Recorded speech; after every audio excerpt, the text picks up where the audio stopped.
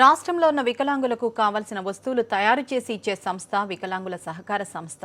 ఈ సంస్థలో పనిచేసే వారు అంతా కూడా వికలాంగులే. గత 30 ఏళ్లుగా సేవలు అందిస్తున్న వారి సమస్యలు మాత్రం ఎవరికీ పట్టడం లేదు. ఇది హైదరాబాద్ మలక్పేట్ సమీపంలోని వికలాంగుల సహకార సంస్థ. ఇందులో మొత్తం 321 ఉద్యోగులు ఉండగా అందులో తెలంగాణలో 121, ఏపీలో 200 మంది ఉన్నారు. వీరిలో ఎక్కువ శాతం హెల్పర్స్, టెక్నీషియన్స్, జూనియర్ అసిస్టెంట్స్ ఉన్నారు.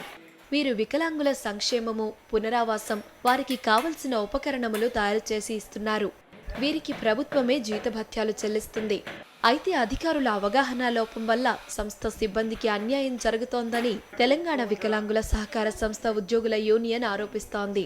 ఈ అవగాహన లేని ఆఫీసర్స్ వల్ల వీళ్ళకి ఇంత ఎందుకు, ఈ సాలరీస్ ఈ గవర్నమెంట్తో పాటు వీళ్ళ కార్పొరేషన్ ఉద్యోగులకు ఎందుకు అని ఆఫీసర్స్ ఏం చేశారు, వీళ్ళకి ఇంత శాలరీస్ అవసరం లేదు, వీళ్ళకేం లేదు, తీసేయాలనే ఉద్దేశంతో వాళ్ళు మాకు పే రివిజన్స్ సాలరీస్ కట్ చేసి ఈ పే స్కేల్స్ ఇచ్చి 10 నెలలు శాలరీస్ ఇచ్చిన తర్వాత కట్ చేయడం జరిగింది సార్. ఇది ఎందుకు మీరు మాకు ఉద్యోగస్తులకు ఇవ్వడం, ఇంకా రావాల్సిన బెనిఫిట్స్ ఇస్తారు కానీ ఎవరైనా ఎక్కడైనా ప్రపంచంలో ఎక్కడ లేదు, ఉద్యోగస్తులకు శాలరీస్ ఇచ్చి కట్ చేసేది అనేది ఎక్కడ లేదు.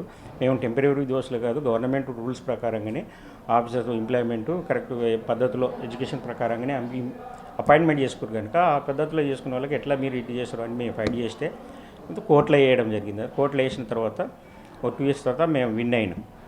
గెలిచిన దాని ప్రకారంగా ఇవన్నీ కోర్టులో గెలిచినాక కూడా వాళ్ళు ఏం చేశారు, వీళ్ళకి ఇవ్వద్దనే ఉద్దేశంతో సుప్రీంకోర్టులో కూడా వేసింది గవర్నమెంట్ మేనేజ్మెంట్. సుప్రీంకోర్టులో వేస్తే కూడా సుప్రీంకోర్టు తీర్పు కూడా ఏమొచ్చిందంటే ఈ గవర్నమెంట్ ఉద్యోగస్తులకు మేలుగా వచ్చిందన్నట్టు.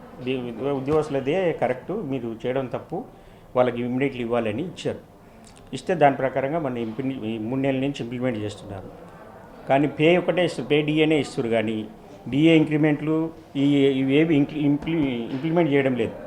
ఉద్యోగులకు న్యాయం చేయడంతో పాటు అందులకు ఉపయోగకరంగా ఉన్న బ్రెయిలీ ప్రింటింగ్ ప్రెస్ను ఆధునీకరించాలని డిమాండ్ చేస్తున్నారు. ఈ వికలాంగుల సహకార సంస్థలోని అంతర్భాగమైనటువంటి బ్రెయిలీ ముద్రణాలయంలో ఎడిటర్గా పనిచేస్తున్నాను. ఈ బ్రెయిలీ ముద్రణాలయం 1986లో ప్రారంభించడం జరిగింది.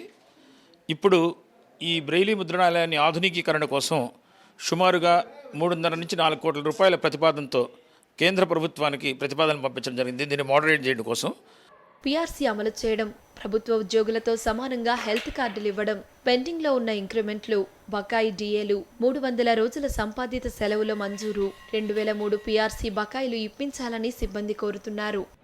ఎన్నో సంవత్సరాలుగా ఈ కార్పొరేషన్లో ఈ వికలాంగులు ఇక్కడ పనిచేస్తున్నారు. అయినా వీరికి సరైన ఉద్యోగ భద్రత లేదని వారు చెప్తున్నారు. కనీసము ఈ వరల్డ్ డిజేబుల్ డే రోజైనా వారి కోరికలన్నీ కూడా ప్రభుత్వం తీరుస్తుందని మనందరము కోరుకుందాం.